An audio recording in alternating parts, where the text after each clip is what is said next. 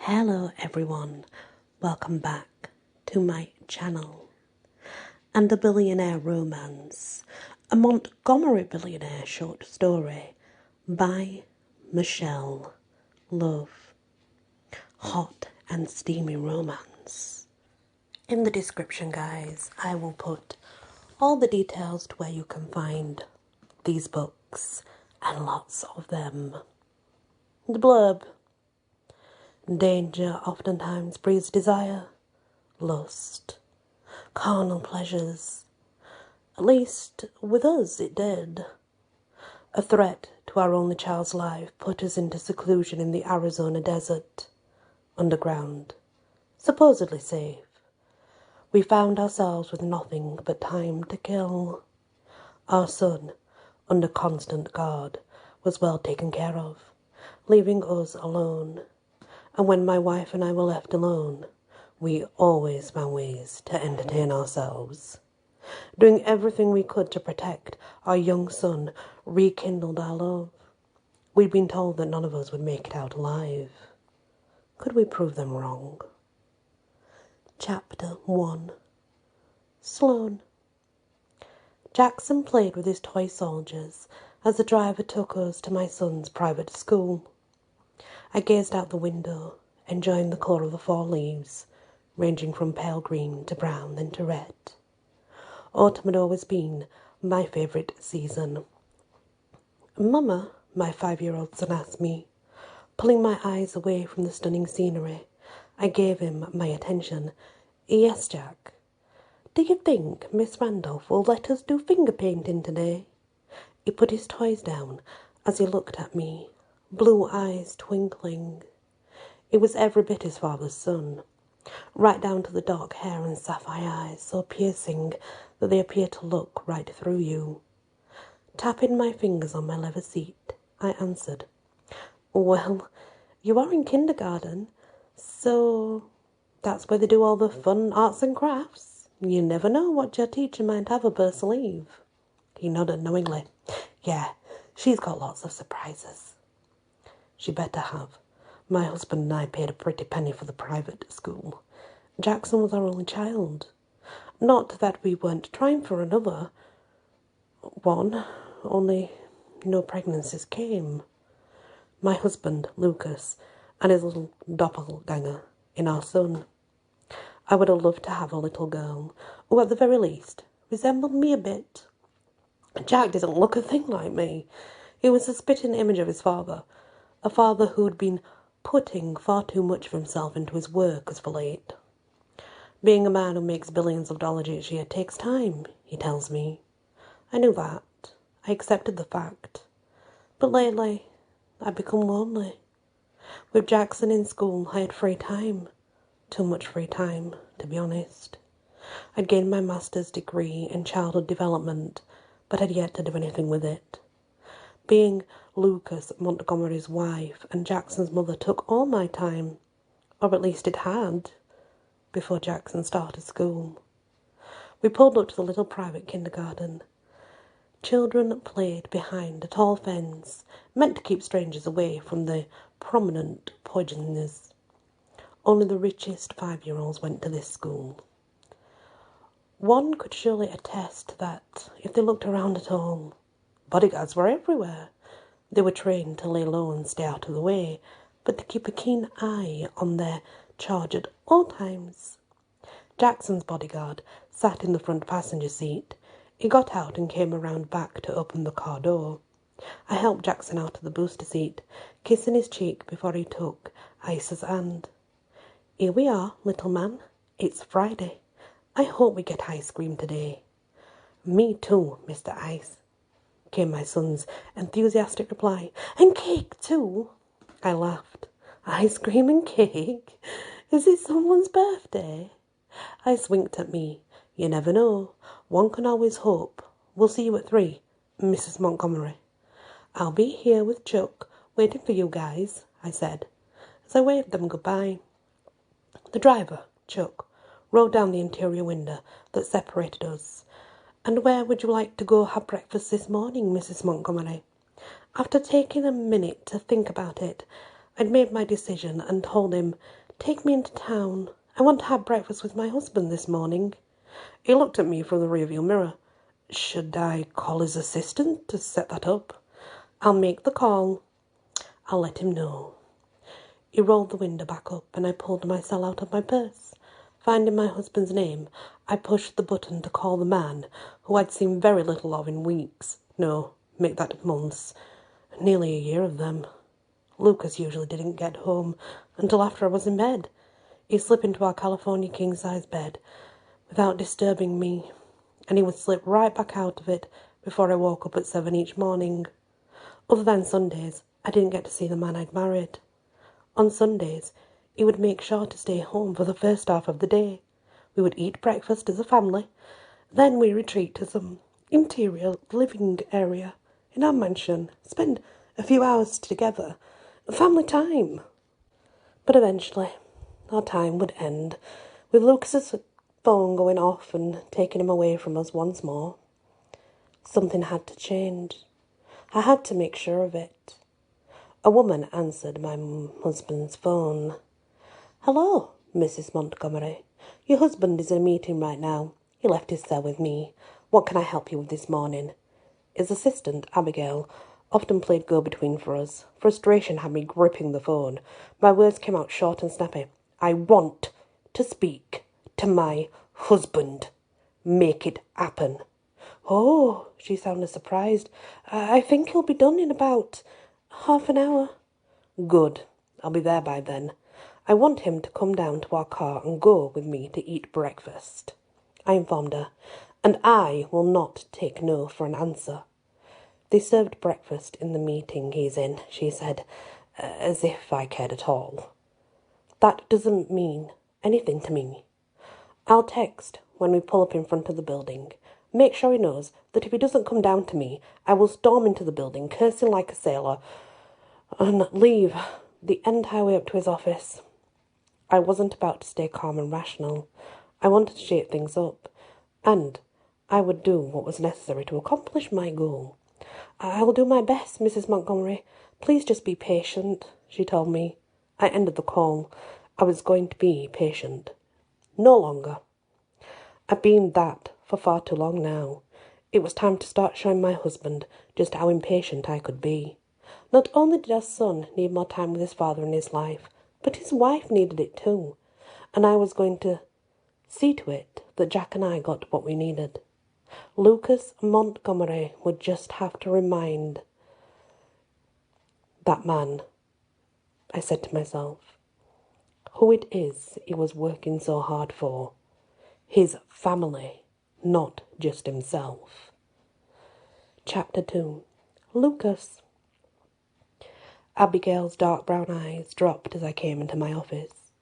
She'd just placed my cell on top of my desk, a desk littered with papers from all the new contracts I was getting into. "You look like you've gotten some bad news, Abigail." I didn't have much time to listen to anything, so the quicker she told me, the quicker I could go deal with it and move on. "Just give it to me. Don't try to sugarcoat it." "Okay. Your wife wants you to meet her in the front of the building in about 30. She looked at the watch on her wrist. Not many people wore watches anymore, especially not women. But Abigail wasn't like other women. "Make that 28 minutes. She wants you to go eat breakfast with her, and I've got to warn you, she's not going to take no for an answer." Putting my meeting materials into my desktop drawer to deal with later in the day, I said, "Well, she'll have to. I've got more important things to tend to, and I've already had a very filling breakfast. Can you call her to let her know I won't be able to do that this morning?" "Perhaps you could do lunch with her," she offered, as she started to sort the papers on my desk, to make some order out of them. "Maybe you could let me set up a morning at the spa, and then tell her that you'll take her to lunch somewhere nice." Looking her in the eye so she would understand me completely, I enunciated each word. "I don't have time." "Sir, I know you don't," but she was very adamant, "and I know you don't want a scene." Abigail stopped talking after delivering those carefully chosen words. Everyone knew my wife could be a bitch when she wanted to be, and stubbornness was her speciality. I can handle her. Shaking her head, she went on, "But you won't be here to do that, will you? No, you won't. Well, it'll be up to the other staff members and me to try and settle her down and stop her screaming, stop the inevitable cussing fit she'll have." Putting a stack of papers down, she pleaded, "Sir, I am begging you, just go down and have a short breakfast with your wife, so all hell doesn't break loose here. Please."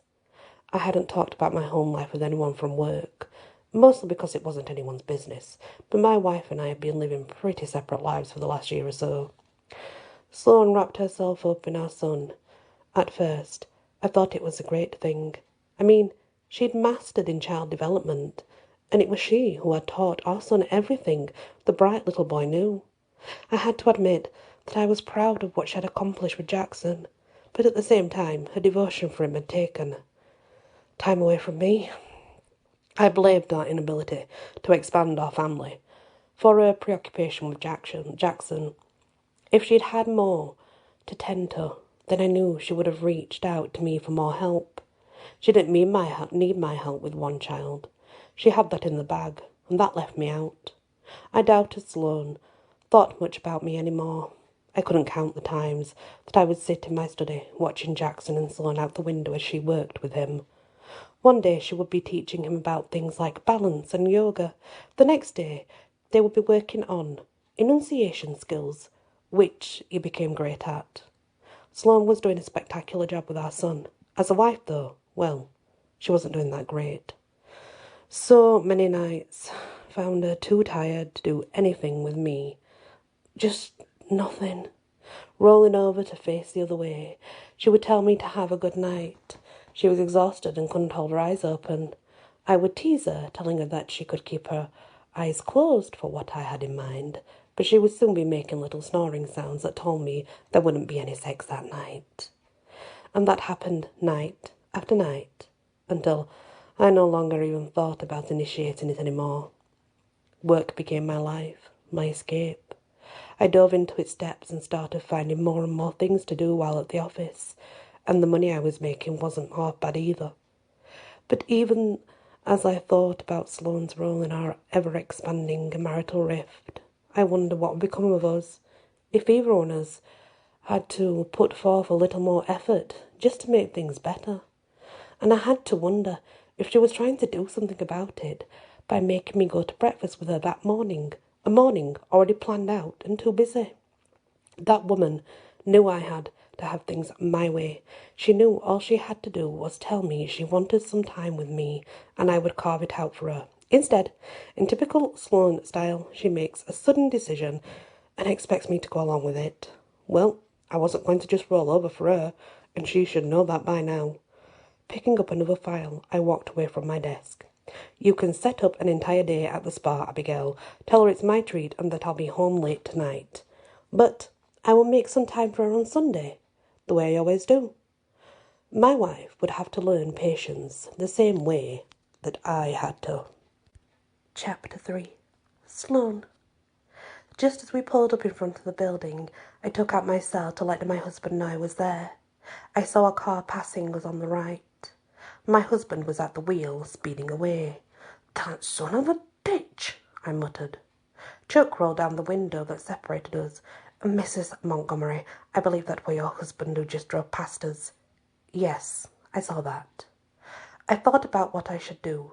Then it hit me. "Follow him, Chuck. I've just got to see what's more important than me." Fury bubbled low in my stomach. Fury bubbled low in my stomach, but it does say furry. It's a spelling mistake in the book. As the driver rolled the window up and set about doing what I told him. As we left the city streets to get on the highway, I found myself wondering if I was about to find out that my husband was having an affair. After all, what type of business would leave him like this, rushing off to leave town? I knew Lucas hadn't even noticed us when he passed us in the car. He'd been talking on the phone, deeply interested in that conversation, instead of me. I had to admit that it hurt, him ignoring me. Hurt can turn to anger in a flash, and mine had. How can he think it's fine to treat me this way? We weren't dating. I was his wife, for the love of God, a woman he's supposed to be sharing his life with. Instead, he was sharing his life with his business, and I prayed no one else. I didn't know what I would do if I found he was having an affair. Kill him, kill her, kill them both. Jackson's cute little face flashed inside my mind. No, I can't kill anyone. Death would be too good for Lucas anyway. Best to hit him where it hurt him the most. The pocketbook. I would take his ass to the cleaners. I would send him to the poorhouse. I would cut off his balls and feed them to the sharks in our fish tank. Fuming, I tried to sit still and be patient as I waited to see where the man was leading me. After an hour in the car, he took an exit, and I found that we were going into a tiny town. Turning down a street, Chuck pulled to a stop. The window rolled down again. Here is where he stopped, Mrs. Montgomery. He turned to look at me. It looks like a rescue place for old horses, ma'am. He's in that barn there. I'm getting out. You wait here. I got out of the car, sneaking into a side entrance of the barn to see what was going on. As I hid behind a post, I could hear a woman laughing. "Oh, Mr. Montgomery, you're a riot." "Lucas," my husband said. "I told you before, call me Lucas. No reason for formalities, Becky." So he's not having an affair with this one. I had to admit, I was happy to find out that they didn't really know each other well enough for an affair. At least, not with her. But what was he doing there? And why was it more important than breakfast with me? "Lucas, sorry. I've just been so worried about old Sam that my mind isn't working right.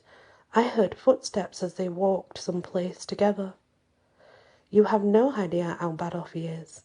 Without your help this morning, I'm sure we would be losing him by this afternoon.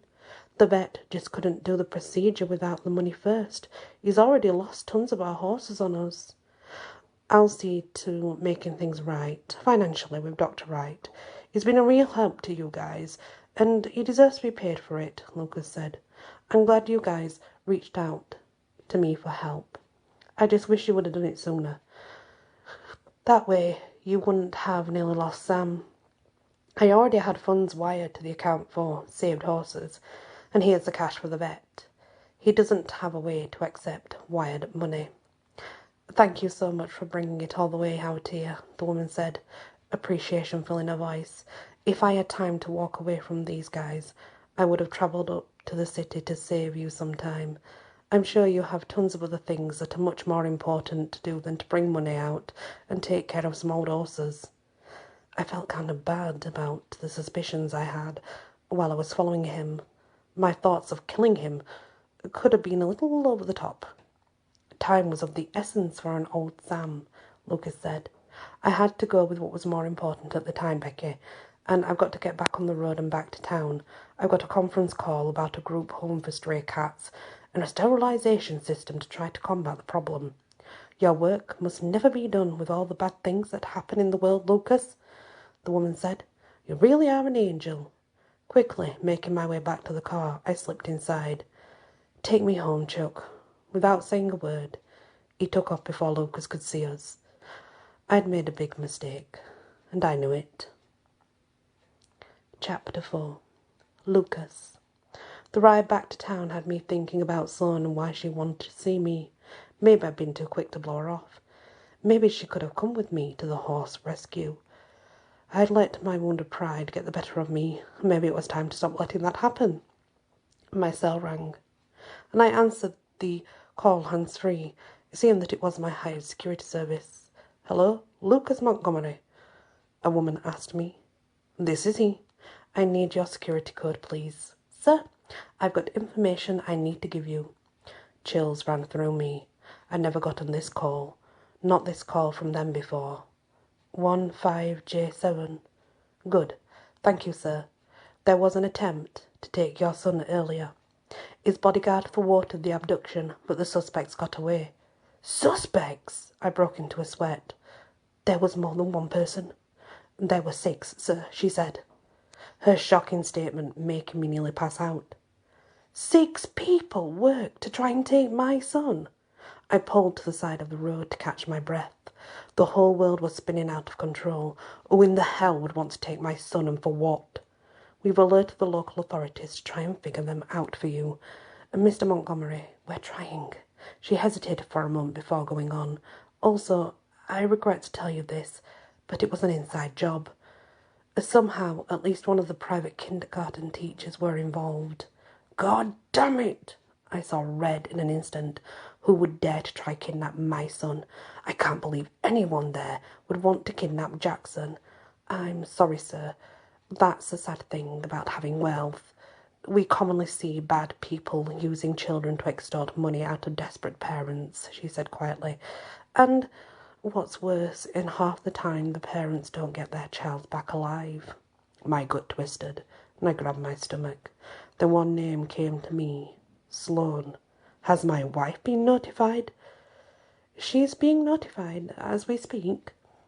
The bodyguard has your son inside the safe room at the school, but one of you has to get there as soon as possible. She sighed. I wish I could do more for you, Mr. Montgomery. No, you've done the best you can do. I'll take it from here. My mind rushed to all the plans I had for the day. Taking off again, I headed to the school, making one more phone call to Abigail, telling her to cancel everything for that day. I had no idea what I was going to find myself up against, but I knew I wouldn't leave Sloane and Jackson to deal with it alone. Before I was even off the line with Abigail, Sloane was calling me. Her voice sounded weak and desperate. Please tell me you're on your way to the school, Lucas. I am. Wait for me if you get there first. I tried to sound strong and reassuring. Like a rock I knew she needed me to be. I'll handle everything. Tears filled her voice. Why him, Lucas? What did we do to deserve this? What did he do to deserve this? He didn't do a thing. It's all because of money, baby. I don't want you to worry. I promise that I'll take care of him, and you too. I took the exit off the highway. I'm almost 5 minutes away. I'll see you soon. Lucas? She said before I could end the call. Yeah. Thank you, she sniffled. I love you. I love you too. I'll see you soon. And in the call, I couldn't recall the time that I felt so much emotion just hearing her tell me that she loved me, or me telling her the same. It had been way too long. Things had to change. I hated it took something like this to make me realise that finally. But now I knew. I knew it. I had to make changes in my life. I had to make my wife understand. I wanted to be with her more, and our son. Maybe now she would let me in. Maybe now she would need me. Regardless if Sloane realises it or not, I knew that our son, at the very least, needed my protection more than ever before. One bodyguard had been sufficient in my eyes, up until this moment, up until right now. Now that he was being threatened, I knew Jackson needed more protection, and I wouldn't let my wife get in the way of me doing what I felt I needed to do. I hoped like hell that she would try to run the show. Sloane had a habit of thinking she knew best. It wasn't that I thought I was so damn smart, it was just that I thought we should see eye to eye on things, especially where our son was concerned. I took a back seat when it came to Jackson. I always had. I trusted her judgment most of the time. There was no concern. But we'd had a few spats about her pushing him to do things I didn't think he was ready for. She dropped the child development degree card, and I would back off, feeling like maybe I was wrong. It never sat well with me, thinking I was wrong. I had to admit to myself that I could be pretty stubborn too. That's what made our marriage so hard at times. But what made our bond strong was the same thing. When we combined our obstinate wills, there was nothing, not anything, that could ever stop us. And that is the first part of the Billionaire romance.